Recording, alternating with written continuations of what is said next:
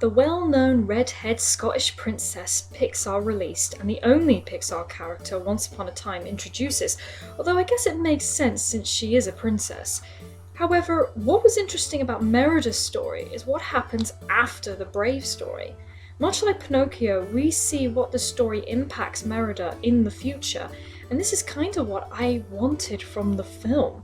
We actually see Merida trying to be a ruler, taking inspiration from her father's warrior approach, but also her mother's diplomatic approach.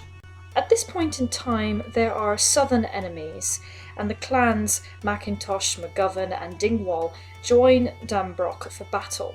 However, they don't take her seriously as she's a woman, but she of course ignores their commands. Her father, Fergus, persuades her to hire a tutor, but Merida ends up dueling with a nearby soldier to prove her capability.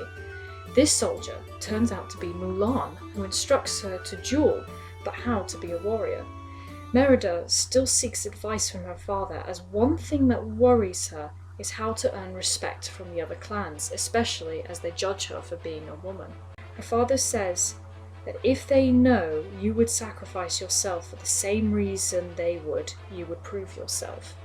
One day, as Merida is training with Mulan, she hears a horn blow signaling an attack. She realizes that her father was trying to keep her away from the battlefield, in which she rushes towards and sees a knight aiming to attack him.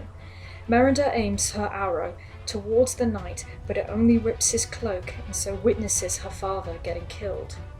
If that was bad enough, the clans loses all faith in her. Not only that, but because she refused the sons from each clan for marriage, believing that she is unfit to rule.